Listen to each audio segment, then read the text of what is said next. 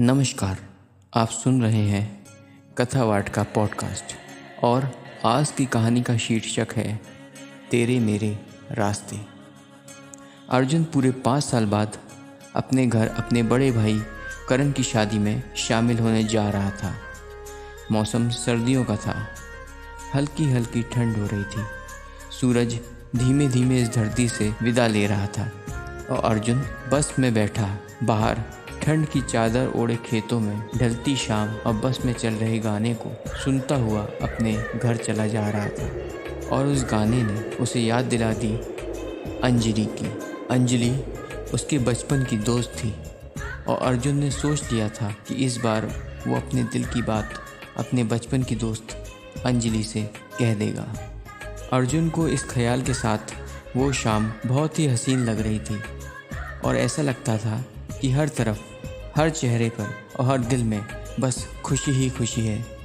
मानो ज़िंदगी को नया मोड़ और मकसद मिल गया था। अंजलि और अपने बचपन की यादों में खोया हुआ अर्जुन अब अपनी ज़िंदगी को जीने जा रहा था। अर्जुन पूरी रात बस का सफ़र करता हुआ अब हिमाचल में अपने गांव रानीखेत पहुंच गया था। सुबह सुबह का टाइम था। पूरे गांव को बादलों ने अपनी ओट में छुपा रखा था। ऑटो। अर्जुन ने एक ऑटो वाले को रोका और बैठकर अपने घर की तरफ चल निकला। घर पूरा फूलों से सजा हुआ था और लोगों का वहां आना जाना लगा हुआ था। कई चेहरे जो वो भूल चुका था उसे वहां दिख रहे थे। नमस्ते ताऊजी। अर्जुन ने अपने ताऊजी को, जो घर पर फूल वाले को बता रहे थे कि कौन सा फूल कहाँ लगना है, उनसे बोला। अरे अर्जुन, इतने साल बाद आखिर तुम आ ही गए भाई। सबको तुम्हारा इंतज़ार है। ताऊजी अर्जुन के करीबी थे और उनको अर्जुन के दिल की बात शायद पता थी। कहकर उन्होंने अर्जुन को गले लगा लिया और उन लोगों की बातें सुनकर सब बाहर आ गए। अरे, इतने दिन बाद तुझे गांव की याद आई?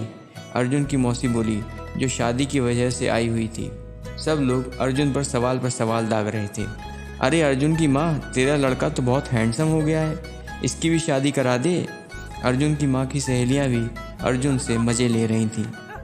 अर्जुन सबसे मिल रहा था पर उसकी आंखें किसी और को तलाश कर रही थीं। जब मिलेगी तो ये कह दूंगा, ऐसे कहूँगा। नहीं यार, नॉर्मल रहना है, शक ना हो जाए। अभी ये सब बातें उसके मन में चल ही रही थीं कि दरवाजे की घंटी बजी और दरवाजे पर थी पड़ोस वाली रेखा बुआ और उनकी बेटी अंजलि, जो अपनी माताजी के साथ अर्जुन के घर हल्दी के कार्यक्रम में हिस्सा लेने आई थी। अंजलि को देखते ही अर्जुन के कान और ध्यान बस सब उसकी तरफ हो गए थे। अब ना तो उसे कुछ सुनाई दे रहा था और ना ही उसको अंजलि के अलावा कुछ दिख रहा था। जैसा उसने अंजलि की तस्वीर मन में बनाई हुई थी, उससे भी ज़्यादा सुंदर हो गई थी अंजलि। सफ़ेद सूट में किसी परी से कम नहीं लग रही थी। हाथ में रस्म निभाने वाली थाली और चेहरे पे मनमोहक मुस्कुराहट जिसमें अर्जुन खो चुका था। और उसे पता था कि ये वही लड़की है जिसे देखते ही अर्जुन की ज़िंदगी के सारे गिले शिकवे दूर हो जाते थे। अरे अंजलि, देखो तो कौन आया है। ताऊजी ने अर्जुन के मन की बात को भांप लिया था। ताऊजी भी बस मरवा देंगे, अर्जुन ने मन ही मन सोचा और घबरा कर अपनी जगह से उठ गया। पर ताऊजी ने उसे पकड़कर बैठे रहने पर मजबूर कर दिया।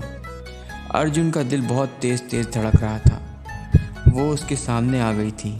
अर्जुन ने कितने साल इस पल का इंतज़ार किया था और अब वो घबरा रहा था। अंजलि भी अर्जुन के पास आई और उसे देखकर मुस्कुराई और वहीं खड़ी हो गई। उसके चेहरे पर एक शर्म की लालिमा दिख रही थी। ताऊजी वहाँ से दोनों को अकेला छोड़कर गायब हो गए थे और अर्जुन को ऐसी मुश्किल में फंसा गए थे। क्या बोलूँ? अगर कुछ बोला और उसे शक हो गया तो? और कहीं मेरी कोई बात उसे बुरी लग गई तो? मेरा इम्प्रेशन ख़राब ना हो जाए। हज़ारों सवाल अर्जुन के मन में चल रहे थे, लेकिन अर्जुन ने बोला, चटनी खाओगी? हे भगवान, ये मैंने क्या बोल दिया। सामने से निकल रहे वेटर के हाथ में चटनी देखकर और घबराहट में बात शुरू करने के लिए अर्जुन ने अंजलि को चटनी खाने का ऑफ़र दे दिया था। अरे नहीं, मेरा मतलब कुछ खा लो या फिर मत खाओ। पता नहीं मैं क्या बकवास किए जा रहा हूँ, चुप ही रहता हूँ, कहकर अर्जुन वहाँ चुप होकर खड़ा हो गया। उसे लग रहा था कि भगवान ये पल यहीं रोक दे और वो उसे यहीं खड़ा देखता रहे। कब आए तुम? अंजलि ने अर्जुन से पूछा तो अर्जुन ने जवाब देने के लिए मुंह खोला ही था कि पीछे से आवाज़ आई, अंजलि जल्दी आओ, रसम की थाली ले आओ। चलो बाय कहकर अंजलि वहाँ से चली गई। क्या यार, रेखा आंटी हमेशा गलत टाइम पर बोलती हैं। रस्म में अर्जुन को अब फ़ोटो खींचने का काम दे दिया गया था और रस्म पूरी होने के बाद अब उसे डर लग रहा था क्योंकि रस्म बीत चुकी थी और कैमरे की रील में रस्म की कोई भी फ़ोटो नहीं थी। फ़ोटो थी तो सिर्फ अंजलि की। अर्जुन को आए हुए 3 दिन हो गए थे। अंजलि से बातें तो खूब हुई पर वो अपने दिल की बात नहीं कह पाया। शादी का दिन भी नज़दीक आ रहा था और आज सब लोगों को अर्जुन के बड़े भाई करण के ससुराल किसी रस्म में जाना था। सब लोग बस में चढ़ गए थे और अर्जुन ने जल्दी से चढ़कर अंजलि के बगल वाली सीट हथिया ली। पर तभी आवाज़ आई, अरे अर्जुन, वहाँ लड़कियों में कहाँ बैठे हो यार, इधर आओ, बहुत दिन हो गए। पीछे अर्जुन के सभी दूर दराज के भाई उसे बुला रहे थे। अर्जुन ने मजबूरी से अंजलि को देखा जो मुस्कुरा रही थी और पीछे चला गया। क्या वो जानती है मेरे मन की बात? शायद जानती ही है। अंजलि की मुस्कुराहट ने अर्जुन को एक इशारा दे दिया था। करण के ससुराल वालों ने पार्टी का आयोजन किया था और पार्टी एक बहुत बड़े लॉन में थी। चारों तरफ खाने के स्टॉल थे और बीच में जल रही थी आग जिसके चारों तरफ अब डांस हो रहा था। अर्जुन को भी ज़बरदस्ती लोगों ने खींच लिया था और ताऊजी ने अर्जुन के साथ डांस करने के लिए अंजलि को आगे बढ़ा दिया। अब दोनों शर्माए हुए डांस कर रहे थे और शायद अर्जुन के जीवन का ये सबसे अनमोल पल था। वो इतना खो चुका था कि उसके मुंह से अंजलि के सामने उसके दिल की बात निकल गई।